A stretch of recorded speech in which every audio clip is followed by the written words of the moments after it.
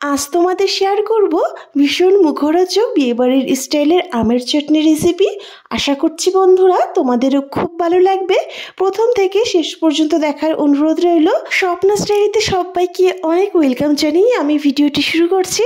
যারা এখনও আমার চ্যানেলটি সাবস্ক্রাইব করেনি প্লিজ বন্ধুরা সাবস্ক্রাইব করে আমার পাশে থেকো।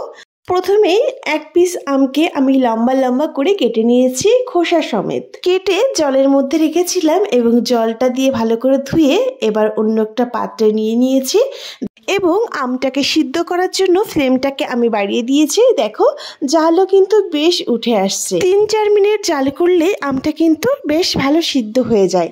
এখানে বেশি সিদ্ধ করব না, যখন এইরকম সবুজ কালারটা হালকা হলদে টাইপের হয়ে যাবে তখনই কিন্তু আমটাকে নামিয়ে নিতে হবে। বেশি নরম করলে পরে যখন আমি চাটনিটা করব তখন কিন্তু আমটা একদমই গলে যাবে। এই অবস্থায় এবার আমি নামিয়ে নিচ্ছি আলাদা একটা পাত্রে। অন্যদিকে চাটনিটা করার জন্য আমি একটা কড়াই বসিয়ে দিয়েছি, দিয়ে দিলাম কিছুটা সর্ষের তেল। 2 চামচ মতো সর্ষের তেল দিয়ে তেলটা যখন বেশ ভালো গরম হয়ে যাবে সেই টাইমে দিয়ে দিচ্ছি 2টো তেজপাতা আর একটা শুকনো লঙ্কা। একটু নেড়ে চেড়ে ভেজে নিলাম। এবার এখানে কিছু মশলা অ্যাড করছি। দিয়ে দিচ্ছি সামান্য গোটা সর্ষে, সামান্য গোটা জিরে আর দেব সামান্য মৌরি। দেখতেই পাচ্ছ 1 চামচের 4 ভাগের 1 ভাগ আমি মশলা দিয়েছি। পুরো মশলাটাকে খুব ভালো করে ভেজে নিচ্ছি। যখন খুব সুন্দর একটা মিষ্টি গন্ধ বেরিয়ে আসবে সেই টাইমে দিয়ে দিলাম আম সিদ্ধ করে রাখা সেই জলটা। সেই জলটা দেওয়ার পরেও আরও কিছুটা জল আমি অ্যাড করেছি। জলটা দিয়ে যখন বেশ ফুটতে শুরু করবে দিয়ে দিলাম পরিমাণ মতো লবণ আর 1 চিমটি হলুদ।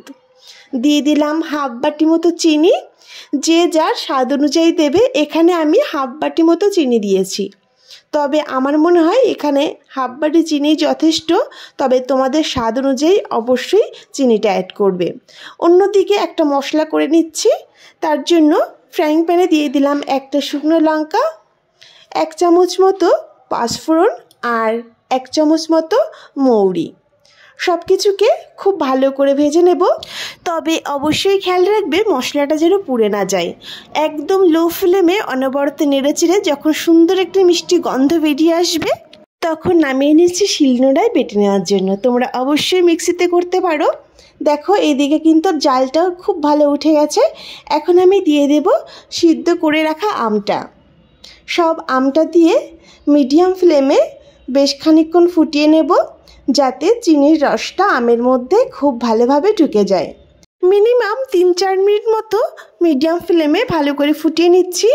এর মধ্যে আমি মশলাটাও বেটে নিলাম শিলনোড়ায়। তো 3-4 মিনিট পর তোমাদের কাছে ফিরে আসছি।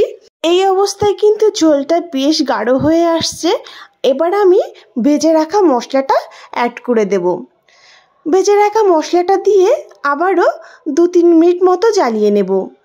তো বন্ধুরা আমাদের রেসিপি কিন্তু প্রায় তৈরি। দেখতেই পারছো ঝোলটা বেশ গাঢ় হয়ে আসছে। এর থেকে আর বেশি আমি জ্বালাবো না, কারণ ঠান্ডা হয়ে যাওয়ার পর আর একটু গাঢ় হয়ে যাবে। আর আমটা কিন্তু পুরোপুরি সিদ্ধ হয়ে গেছে, সেটা তোমরা দেখেই বুঝতে পারছো। আর গোটা গোটাও রয়েছে, ঘেটে যায়নি। তো বন্ধুরা এবার আমরা ফ্লেমটা অফ করে সার্ভ করতে পারি। আর এটা কিন্তু তোমরা ফ্রিজে রেখে 2-3 দিন ধরেই খেতে পারো, কোনো অসুবিধা হয় না। আর খেতে কিন্তু অসাধারণ হয়েছিল। আর গরমের সময় কিন্তু এই টক জাতীয় খেতে আমাদের খুবই ভালো লাগে। আর আশা করছি তোমাদেরও খুব ভালো লাগবে।